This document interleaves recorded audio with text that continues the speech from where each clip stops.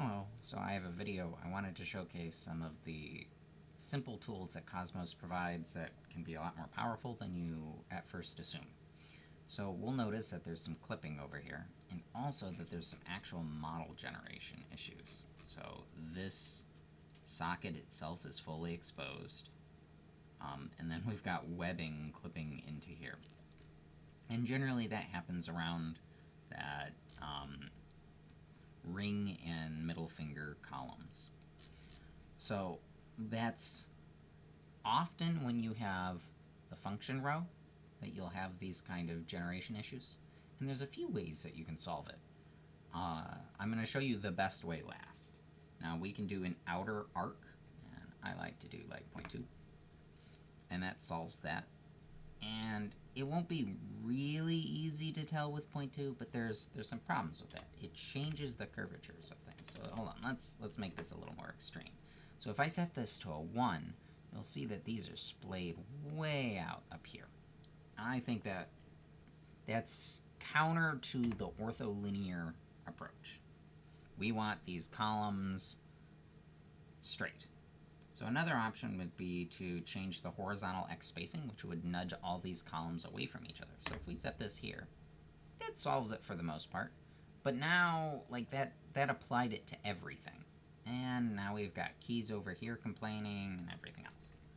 So I don't think that's a good solution. What we want to do is apply the solution directly to where the problem is. So with these columns. Now, normally you would think, okay, I'm going to go here and I'm going to move this, and then I'm going to move that. Well, none of those moves are very precise. But Cosmos solves that by giving you a couple extra tools. So here you have selection mode. You can individually select, column select, and cluster select. Now, column select is the tool we're going to be using. And then the other thing we have is this edit columns panel here. This is fantastic because it lets you modify the individual actual number values for this column. So I know we're working with one key. Technically, the key is also a column.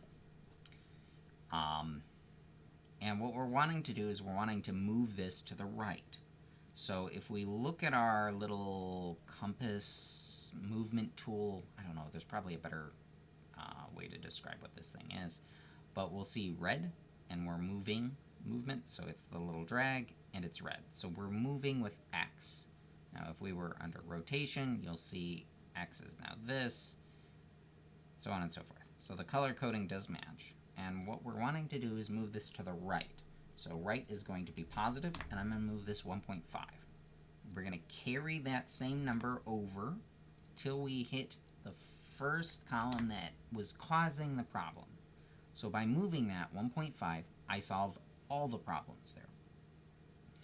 And as a side result, the thickness generation here got considerably better. So you'll notice over here there's some problems. Let's go back to 3D, and we will fix the problem over here.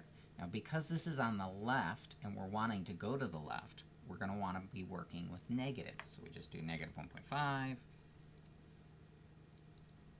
negative 1.5, and the nice thing about this is I'm not getting whatever random number it decides to select by moving. Wow, I stopped it right at this right spot. I'm getting, oh no I didn't. Selected the other column there. We're getting the exact value that we enter in. And that solved all of the problems. It fixed, for the most part, the generation issue. This also right here is going to be an issue, and my guess is I probably want to do this and go minus 0.5. That's causing an issue there with the thumb. Minus 0.5. Yeah, there we go. So you'll notice how this now is following the standard curve. That's much better. This key probably just needs, and see here I don't want to select that. I want to select like this. So X, I probably want offset by 0.5. Or it's too low. Let's do 1. Yeah, something like that. So the using the edit key or edit column window is fantastic for solving these tiny little problems. And I have the generation issue here as well, so we're going to go here, we're going to go 0.5, and then it's causing the same issue there.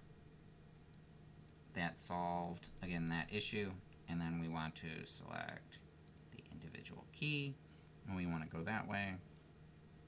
I think I did we did probably -1. And we can always see what offset value we have because we can click and see. So that solved that issue. To recap the selection tools, I don't know why Cosmos does that sometimes. These selection tools are incredibly powerful for doing different things. If you want to move, let's say, your whole thumb cluster around, you can select that. But the column selection tool is a lot more powerful than I think you would initially assume, and it can be used to very systematically and precisely modify things uniformly across a board design. Hopefully this is helpful and shows off some of the Cosmos tools. I hope you all have a wonderful night. This is Marshall at Scree Custom Keyboards. Bye!